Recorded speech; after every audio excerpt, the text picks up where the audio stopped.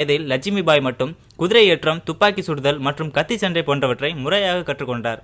ஜான்சியின் ராஜாவை மணம் முடித்ததால் லட்சுமிபாய் என்ற பட்டம் வழங்கப்பட்டது. அவர்களுக்கு ஒரு மகன் பிறந்தான். ஆனால் யாரும் எதிர்பாராத வகையில் அந்த குழந்தையால் 4 மாதங்களுக்கு மேல் உயிர் வாழ முடியவில்லை. கங்காதாராவின் உடல்நிலை பலவீனமானதால் அவர்கள் ஒரு குழந்தையை தத்தெடுக்க முடிவு செய்தனர். இதனால் ஆங்கிலேயர்கள் பிரச்சனை எழுப்பக்கூடாது என்பதில் லட்சுமிபாய் கவனமாக இருந்தார். உள்ளூர் ஆங்கிலேய பிரதிநிதிகளை சாட்சியாக வைத்து இந்த குழந்தை தத்தெடுப்பை நடத்தினார். அதன் பிறகு லட்சுமிபாய் கணவர் மரணமடைந்தது அவரை ஆழ்ந்த சோகத்துக்கு இழுத்துச் சென்றது. தத்தெடுத்த குழந்தைக்கு தாமோதர் ராவ் என்று பெயரிட்டார். இந்து மத மரபுப்படி அக்குழந்தையை வளர்த்து சட்ட வாரிசாக இருக்க வேண்டும் என்று நினைத்தார். ஆனால் அதை ஆங்கிலேயர்கள் ஏற்றுக்கொள்ளவில்லை. மறுப்பு கோட்பாட்டின்படி அப்போதைய பிரிட்டிஷ் கவர்னர் ஜான்சி அரசை பறிமுதல் செய்ய முடிவு செய்தனர். இது தெரிந்து ராணி லண்டனில் வழக்குக்கான ஒரு முறையீட்டை மனு தாக்கல் செய்தார்.